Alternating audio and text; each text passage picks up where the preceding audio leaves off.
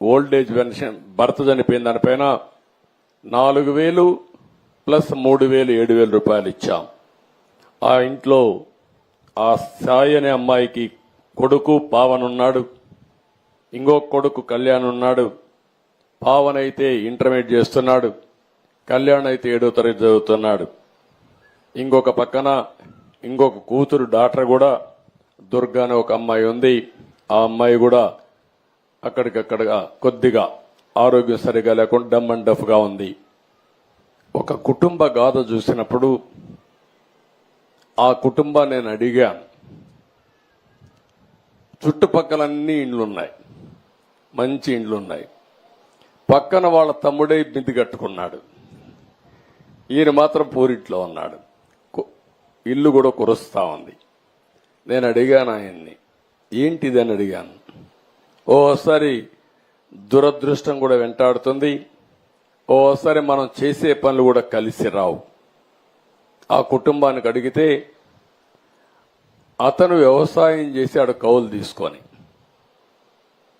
ఉల్లిపాయలు వేశాడు, ఆనియన్ వేశాడు.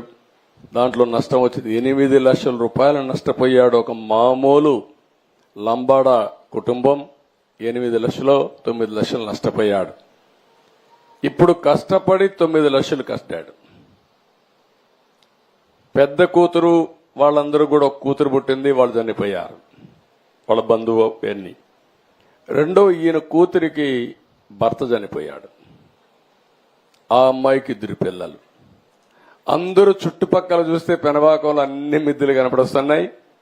మిద్దెల్లో మధ్యలో ఒక పోరిల్లు. అది చూసినప్పుడు బాధేస్తుంది నాకు. అందుకనే చూస్తానే ఒక మాట చెప్పాను, ఈ ఇల్లు కట్టిస్తామని హామీ ఇచ్చా. పాపం ఇల్లు కట్టుకునే 1,80,000 రూపాయలు ఇస్తానంటే, ఇల్లు కట్టుకునేది కూడా నాకు చేత కాదు, మీరే కట్టించండి అని అంటే నేను చెప్పాను. 3 ఎకరాల 8 సెంట్లు ఏదో భూమి ఉంది, ఇమ్మీడియట్ గా ప్రారంభించి ఇల్లు కూడా కట్టిస్తానని స్పష్టమైన హామీ ఇచ్చా. ఇల్లు కట్టించే బాధ్యత తీసుకుంటాం. ఇక్కడికి వచ్చినప్పుడు నేను మీ అందరికి విజ్ఞప్తి చేసేది, ఇలాంటి వాళ్ళు రాష్ట్రంలో చాలా మంది ఉన్నారు. ఇలాంటి పేదవాళ్ళను ఆదుకోవడమే ఈ ప్రభుత్వం యొక్క ప్రధాన లక్ష్యం. ఈ రోజు నా జీవితంలో శాశ్వతంగా గుర్తుంటుంది.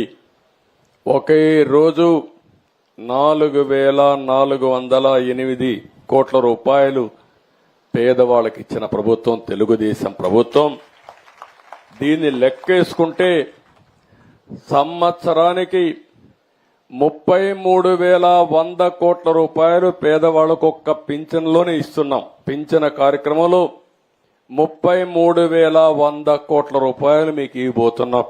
పింఛన్ల ప్రకారం 5 ఏళ్లు లెక్కేసుకుంటే 5 ఇంటూ 33,000 1,65,000 కోట్లు. 100 కూడా వేసుకుంటే 1,65,500 కోట్ల రూపాయలు 5 సంవత్సరాల్లో ఒక పింఛన్ల ద్వారా ఈ పేదవాళ్లకు అందించే ప్రభుత్వం తెలుగుదేశం పార్టీ అని చెప్పి కూడా, ఎన్డీఏ ప్రభుత్వం అని చెప్పి కూడా నేను మీకు తెలియజేస్తున్నా. దీనికంటే ఆనందమైన రోజు నా జీవితంలో ఇంకొకటి ఉండదు. నేను చాలా సంవత్సరాలు రాజకీయాల్లో ఉన్నా.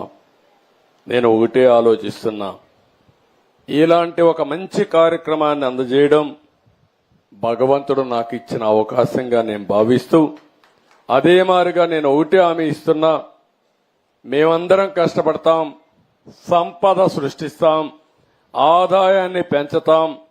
పెంచిన ఆదాయం మళ్లీ పేదవాళ్లకు అప్పజెప్పి పేదరికం లేని సమాజాన్ని చూడాలనేది మా ఆశయం. దానికోసం భగవంతుడు ఎంత శక్తి ఇస్తే అంత శక్తి ఉపయోగిస్తామని చెప్పి నేను మీకు తెలియజేస్తున్నా. మామూలుగా అయితే ఒక హామీ ఇచ్చిన తర్వాత 5-6 నెలల తర్వాత వస్తాం. 26 రోజుల్లో పెంచుతామని చెప్పిన పింఛన్ని, ఇస్తామన్న బకాయిల్ని పూర్తిగా మీకు అందజేశాం. అది మా కమిట్మెంట్ అని మరొక్కసారి మీ అందరికీ విజ్ఞప్తి చేస్తున్నా. ఈరోజు దీనికి డీటెయిల్స్ పోతే ఒక్కసారి మీరు చూస్తే దగ్గర దివ్యాంగులు ఉన్నారు. 3,000 రూపాయలు పింఛన్ వస్తుంది.